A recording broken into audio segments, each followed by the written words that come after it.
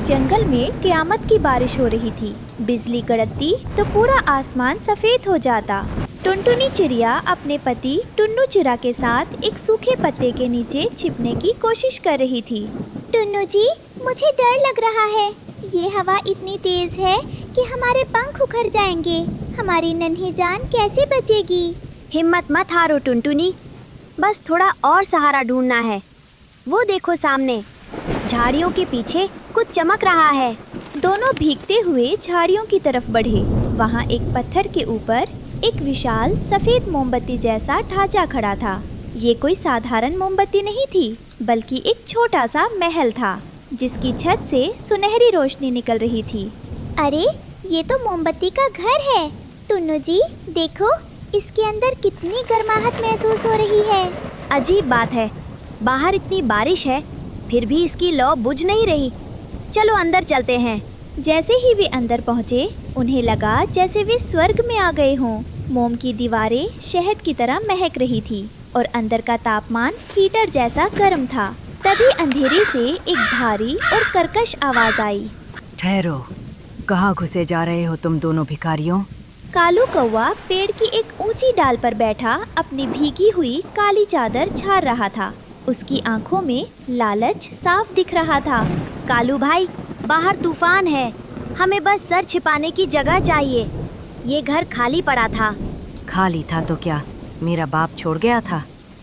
ये जादुई मोमबत्ती महल अब मेरा है। तुम जैसे छोटे परिंदों की औकात नहीं यहाँ रहने की। चलो निकलो बाहर। कालू भाई, रहम करो, मैं बीमार हूँ। ठंड से मेरे पैर कांप रहे हैं। ये घर बहुत बड़ा है, हम एक कोने में सो जाएंगे। कोना वोना कुछ नहीं, मुझे यहाँ अपनी गोरी कौवी के साथ रहना है। अगर तुम अभी नहीं निकले तो मैं अपनी चोंच से तुम्हारे पंख नोच लूँगा। कालू ने टुन्नू को धक्का देकर बाहर बारिश में गिरा दिया। टुनटुनी रोने लगी। ये नाइंसाफी है, तुमने इसे नहीं बनाया, फिर तुम मालिक कैसे बन गए? जंगल का कानून ताकतवर के लिए होता है, कमजोर के लिए नहीं। भागो यहाँ से। जो इस घर का स्वामी बनना चाहता है, उसे एक परीक्षा देनी होगी। इस घर की दीवारें तभी ठंडी रहेंगी जब यहाँ रहने वाले का दिल साफ होगा। जिसके दिल में नफरत होगी, उसके लिए ये मोम पिघलने लगेगा। अरे, ये क्या डरा रही है? मेरा दिल तो एकदम साफ है। टुनटुनी, तू बाहर जा और भीग। कालू झपट कर अंदर घुस गया और बीचों बीच बैठ गया। लेकिन तभी चमत्कार हुआ। जैसे ही कालू के गंदे और लालची विचार मोमबत्ती के संपर्क में आए, दीवारें खौलने लगीं। आह, ये क्या है? फर्श इतना गर्म क्यों हो रहा है? मेरी पूंछ जल रही है। बचाओ! देखा कालू भाई, जादुई घर को पता है कि तुम चोर हो। चुप कर, मैं इसे बुझा दूंगा। न रहेगा घर, न तुम यहाँ रहोगे।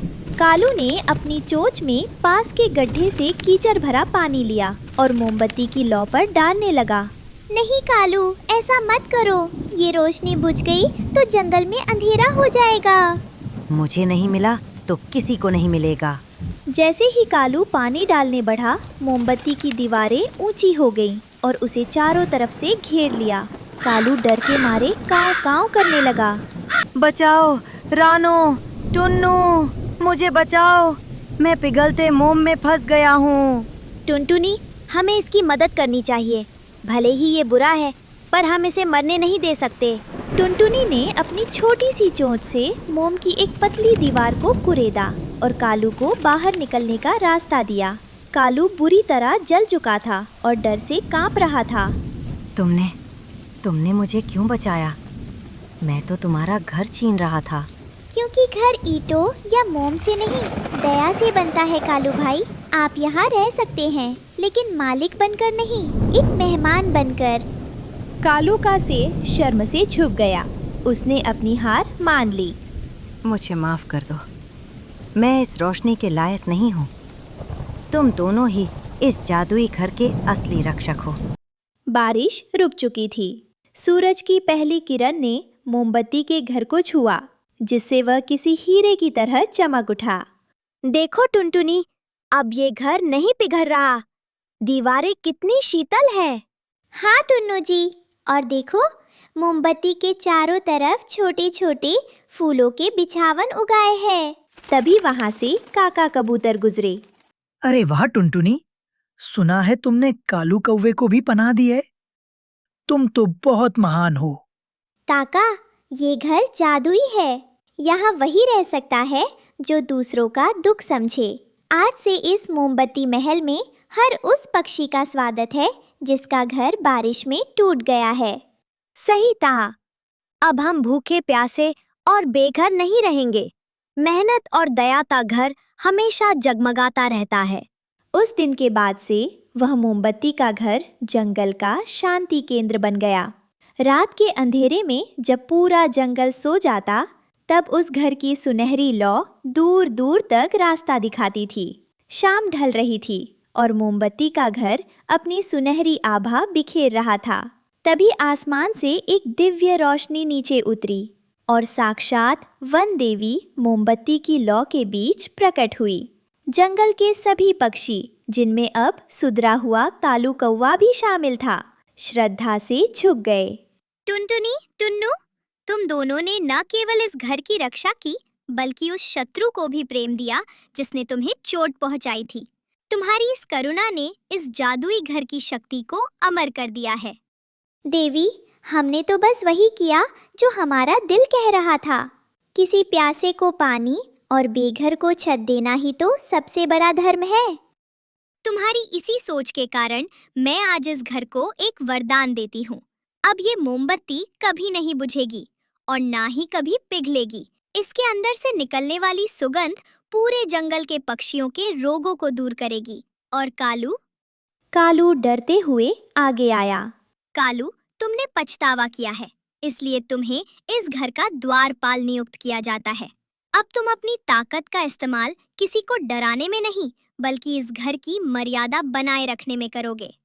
देवी, मैं वादा करता हूँ, अब मेरी चोंच किसी का घोंसला नहीं उजाड़ेगी, बल्कि राह भटके परिंदों को इस रोशनी तक पहुंचाएगी।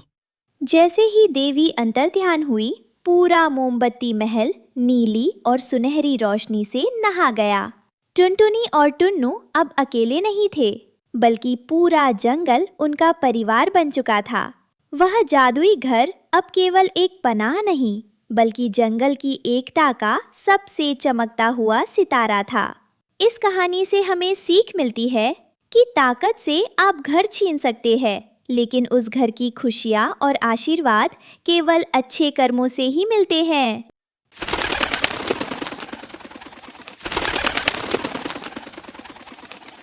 रामपुर जंगल के एक सुनसान कोने में एक सूखी टहनी पर एक छोटी सी बेबस सी चिड़िया बैठी थी, टुनटुनी। उसके पास उसका पति टुन्नू चिड़ा भी था। दोनों के पंख भीगे थे, आंखों में थकावट और दिल में उदासी लिए। टुन्नू, तुमने कभी महसूस किया है, ये बारिश सिर्फ पानी नहीं लाती, ये हर बार हमें याद दिलाती है कि हम कितने बेसहारा हैं। हमारे पास कोई छत नहीं, कोई कोना नहीं, जहां हम चैन की सांस ले सके। हर बार जब बादल गरजते हैं, मेरा दिल कांप उठता है। सोचती हूँ इस बार किस डाल के नीचे सोऊंगी, और क्या इस बार मेरे पंख बच पाएंगे या गल जाएंगे सर्दी में। मैं जानता हूँ टुनटुनी, मैंने कई पेड़ देखे, लेकिन हर जगह खतरा ही मिला। तुम दिन भर जंगल में उड़ते हो, थक जाते हो, और जब लौटते हो तो घर नहीं, सिर्फ वो डाली मिलती है जो किसी और का बसेरा थी कभी। क्या ये हमारा भाग्य है टुन्नू? क्या एक छोटी सी उम्मीद भी बहुत बड़ी मांग है? सिर्फ इतना चाहती हूँ कि एक दिन हम भी आंखें बंद करके सो सके, बिना डर के, बिना चिंता के।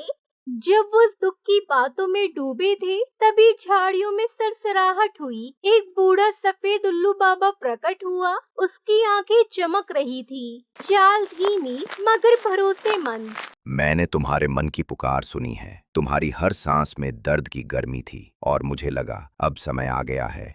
बाबा, क्या आपने सच में हमारी बात सुनी? कोई सुन भी सकता है जंगल की सबसे कमजोर चिड़िया की आवाज। हमने तो कभी उम्मीद नहीं की थी कोई आएगा हमारी आवाज सुनने के लिए भी वक्त निकालना। ये तो जैसे कोई चमत्कार लगता है। ये लो चिड़िया बेटा, ये गुलाब साधारण नहीं है। इसे जमीन में लगाओ और सूरज की पहली किरण का इंतजार करो। ये तुम्हारे दुखों का उत्तर है। बाबा, आप नहीं जानते ये गुलाब हमारे लिए क्या है। ये सिर्फ एक फूल नहीं, ये हमारी उम्मीद है, हमारी थकी हुई रातों का जवाब है, हमारे टूटे सपनों का रंग है। मैं इसे ऐसे पकड़ रही हूँ जैसे कोई माँ अपने नवजात को। आप हमारे लिए भगवान से भी बढ़कर हैं बाबा। अगली सुबह सूरज की पहली किरण उस गुलाब पर पड़ी और फिर गुलाब की पंखुड़ियां फैलने लगी। उसकी जड़ें फैलकर जमीन में समा गईं और कुछ ही पलों में वहां उगाया एक जादुई गुलाब का घर, जिसे देखकर टुनटुनी और उसका पति टुन्नू चिड़ा हैरान थे। हे भगवान, ये क्या हो रहा है टुन्नू? ये घर, ये तो ठीक वैसा ही है जैसा मैं रातों को सोते सोते सोचती थी। गुलाबी पर्दे, फूलों की दीवारें, खिड़कियां जो पंखुड़ियों जैसी मुलायम है। ये सपना है ना? बोलो टुन्नू, ये सच है या नहीं?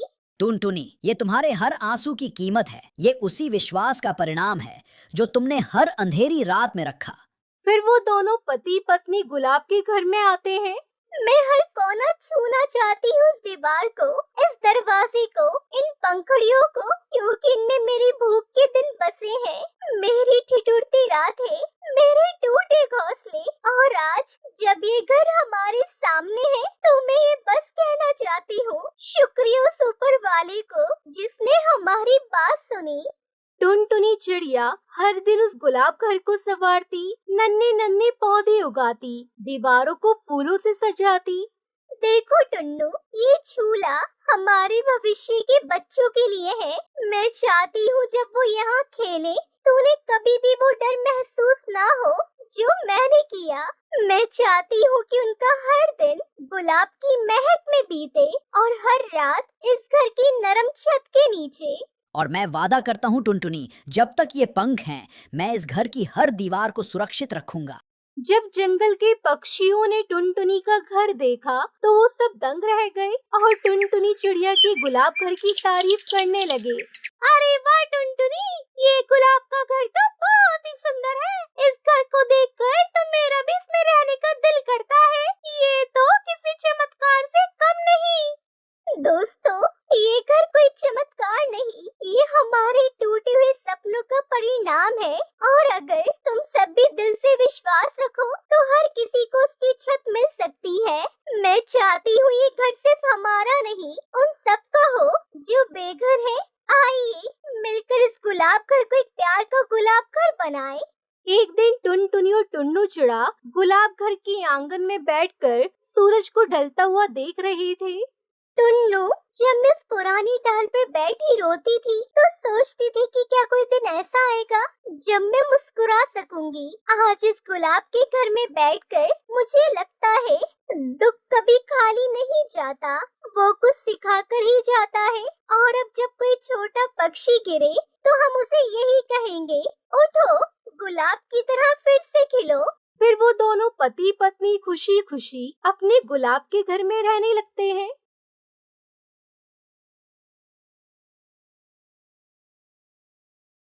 जंगल में सावन की पहली बारिश आई, लेकिन रानो चिड़िया के लिए ये मौसम सिर्फ भीगने का नहीं, भूख से तड़पने का था। गुड़िया, कुकू, माँ कुछ नहीं ला पाई आज। बारिश ने सारा जंगल भिगो दिया, एक भी दाना नजर नहीं आया बेटा, ना कोई सूखा पत्ता, ना कोई गिरी हुई रोटी। माँ, पेट में बहुत दर्द हो रहा है, क्या तुम कुछ खा लोगी तो ताकत आ जाएगी ना, फिर उड़ सकोगी खाना ढूंढने। माँ, मैं भूखा हूँ, लेकिन तुम खा लो पहले। अगर तुम गिर गई ना तो हमें कौन उड़ना सिखाएगा। ना बेटा, माँ का खाना उसके बच्चे होते हैं, तुम लोग सही सलामत हो यही काफी है। मैं तो आदत डाल चुकी हूँ इस भूख की, पर तुम छोटे हो, तुम्हारा पेट भरना मेरा फर्ज है। हमारी किस्मत में क्या भूखा रहना ही लिखा है माँ। कभी कभी लगता है जैसे ये बारिश मेरे आंसुओं से मिलकर आई हो। हर बार जब मैं रोती हूँ बादल गरजने लगते हैं, लेकिन मैं हार नहीं मानूंगी बेटा। कल फिर जाऊंगी, किसी कोने में, किसी झाड़ी में, शायद कोई दाना छुपा हो। और अगर कुछ ना मिला तो माँ? तो मैं खुद को मिटा दूंगी, लेकिन तुम्हें भूखा नहीं रहने दूंगी, क्योंकि माँ का प्यार कभी खाली नहीं होता बेटा। रानो बच्चों को चुप कराते हुए रो पड़ती है। देख गौरी, रानो के बच्चे भूखे बैठे हैं और ये बारिश में भीख मांग रही होगी कहीं। उसका तो घर भी ढंग का नहीं। कैसी माँ है जो अपने बच्चों को खाना नहीं खिला सकती। रानो दूर से सुन लेती है। उसकी आंखों में आंसू भर आते हैं। काश इन बारिश की बूंदों में कुछ दाने गिर जाते तो मैं अपने बच्चों को खिला पाती। हर दिन बारिश तेज होती जा रही थी और रानो ने कुछ पुराने पत्तों से एक छोटा सा छप्पर बना दिया। माँ माँ, अब हम भीगेंगे नहीं। ये घर तो बहुत बड़ा लगता है। क्या ये पक्के पत्ते हैं? हाँ बेटा, ये पत्ते नहीं, जादुई दीवारें हैं जो बारिश से भी लड़ सकती हैं। अब न हवा घुसेगी न ठंड लगेगी। माँ, इसमें तो दरवाजा भी है और देखो ये जो पत्ता है ये खिड़की है ना? हाँ बेटा, ये हमारा महल है। तुम दोनों राजकुमार और राजकुमारी हो। माँ, क्या इस घर में खाना भी आएगा जैसे बबली दीदी के घर में हर दिन रोटी होती है? हाँ बेटा, अगर भगवान ने चाहा। भगवान, तूने ये छोटा घर दिया है, अब थोड़ा खाना भी दे देना, वरना ये मुस्कानें भी पिघल जाएंगी। रानो, ये क्या हाल बना लिया है बहन? तुम जमीन पर क्यों बैठी हो और तुम्हारे पंख इतने भीगे हुए? बच्चे कहाँ हैं? भाई, 2 दिन हो गए, ना कुछ खाया ना कुछ पाया। बच्चे घोंसले में हैं, भीगे हुए, भूखे कांप रहे हैं। मैं निकली थी उनके लिए, मगर सिर्फ बारिश मिली और कांपती हवा। मिट्ठू का दिल भर आता है। वह पास आकर रानो को सहारा देता है। रानो, तुझे क्या लगा? तू अकेली है इस जंगल में। हम सब यहाँ एक दूसरे के लिए हैं। चल मेरे घर चल, थोड़ा बाजरा रखा है, सूखी जगह भी है, बच्चों को भी बुला लेती। नहीं मिट्ठू, आदत नहीं है किसी का एहसान लेने की। बचपन से खुद ही लड़ती रही हूँ। कभी पत्तों से छत बनाई, कभी आंसुओं से चूल्हा जलाया, मगर हाथ फैलाना ये मुझसे नहीं होता भाई। ये एहसान नहीं है रानो, ये दोस्ती है। ये वो रिश्ता है जो भूख से बड़ा होता है। क्या तूने कभी बच्चों से कहा कि माँ की रोटी खा रहे हो? एहसान समझो। नहीं ना, तो फिर मेरे दाने क्यों बोझ लगते हैं? तू समझता है मिट्ठू, पर दुनिया नहीं समझती। कालू गोरी सब ताना देंगे। देखो रानो, अब दानों के लिए भीख मांग रही है। कालू और बबली जैसे पंछी जंगल की आत्मा नहीं, उसकी छाया है। असली रोशनी तो तू है रानो, जिसने अपने पंखों से बच्चों की भूख छुपाई है। चल, आज नहीं तो कल सब तेरी सच्चाई को पहचानेंगे, पर पहले तू चल, अपने लिए नहीं, अपने बच्चों के लिए। रानो की आंखों से आंसू निकलते हैं। वह मिट्ठू की तरफ देखती है, धीरे से सिर हिलाती है। लो भाई, बच्चों के लिए कभी कभी झुकना पड़ता है ताकत बचाने के लिए। भैया, माँ को बहुत देर हो गई, वापस नहीं आई। शायद इस बार भी खाने को कुछ नहीं मिला होगा। शायद, पर माँ आएगी, जरूर आएगी। वो कभी हमें अकेला नहीं छोड़ती। भैया, पेट में बहुत दर्द हो रहा है। माँ को बोलना अगर मैं सो जाऊँ और न उठूँ तो नाराज न हो। ऐसा मत बोल गुड़िया, माँ सब ठीक कर देगी। वो हमारे लिए कुछ न कुछ लाएगी, वो झूठ नहीं बोलती। तभी पंख फड़फड़ाते हुए रानो लौटती है। बहुत थकी और गीली है। बच्चों, माँ आ गई। माँ, तुम आ गई, क्या कुछ खाने को? रानो चुप हो जाती है। उसकी आंखों से आंसू टपकते हैं। बस थोड़ा पानी लाई हूँ, पी लो बेटा। प्यास भी भूख से लड़ती है कभी कभी। वो अपने पंखों से बच्चों को ढक लेती है। माँ, अगर हम मर जाएं तो क्या भूख भी साथ मरेगी? ना बेटा, मेरी आंखों के सामने तुम कुछ नहीं हो सकते। मैं हर दाने से लड़ूंगी, हर तूफान से भिड़ जाऊंगी, पर तुम्हें भूख से हारने नहीं दूंगी। जंगल में पंचायत होती है जहाँ बहुत सारे पक्षी शामिल होते हैं। आज रानो के बच्चों ने कुछ नहीं खाया। क्या हम इतने पत्थर दिल हो गए हैं? हर किसी की किस्मत नहीं होती अमीर बनने की। पर हम सब कुछ न कुछ दे सकते हैं। थोड़ा सा बाजरा, थोड़ा सा प्यार। पंछी एक दूसरे की तरफ देखकर सहमति में सिर हिलाते हैं। अगली सुबह बारिश थमी और रानो के घोंसले के पास छोटी छोटी दानों की थालियां रखी थीं। बाजरा, चावल, मकई। माँ देखो, खाना। क्या ये सपना है? नहीं, ये जंगल वालों का प्यार है। आज भूख हारी, इंसानियत जीती। रानो अपने बच्चों के साथ उड़ रही थी। भूख ने रानो को तोड़ा, मगर उसके प्यार और माँ के जज्बे ने उसे फिर से आसमान तक पहुँचाया। अब बारिश भी डर नहीं देती जब साथ है अपनों का प्यार। इस कहानी से ये सीख मिलती है, सिर्फ बारिश नहीं, सबसे भारी होता है एक माँ की भूख। लेकिन अगर समाज साथ दे तो हर रानो चिड़िया उड़ सकती है।